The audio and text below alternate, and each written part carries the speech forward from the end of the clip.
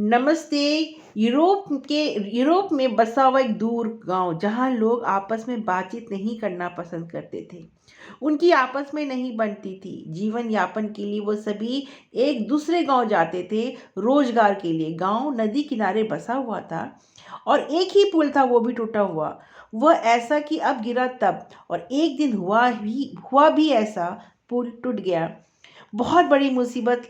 अब लोग जाएंगे कैसे, आपस में बनती नहीं थी।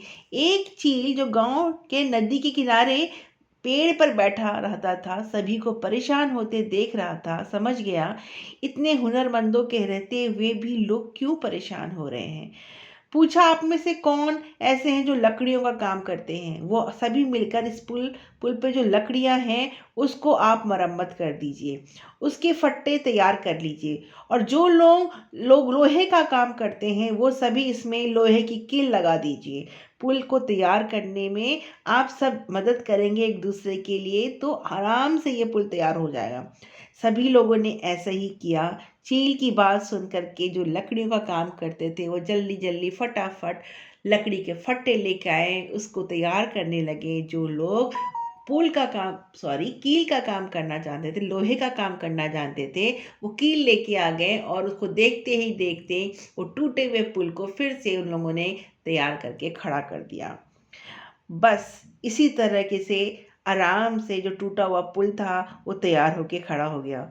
और सभी ऐसा करने के लिए चील को बहुत बहुत धन्यवाद दिए। उनको समझ में नहीं आ रहा था कि क्या करना चाहिए, लेकिन चील बहुत ही बुद्धिमान था। उसने दूर बैठे लोगों की बातें समझ गई और उन्होंने उसको समझा दिया। ये कहानी जो है, ये आखिरी इस यात्रा, ये जो G20 का जो हमने यात्रा शुरू किया था आपके साथ स्केचिंग के साथ, कुछ कुछ बोलने की, कहानियाँ समझने की और समझाने की, ये लास्ट है। दोस्तों, मेरी कहानी कैसी लगी?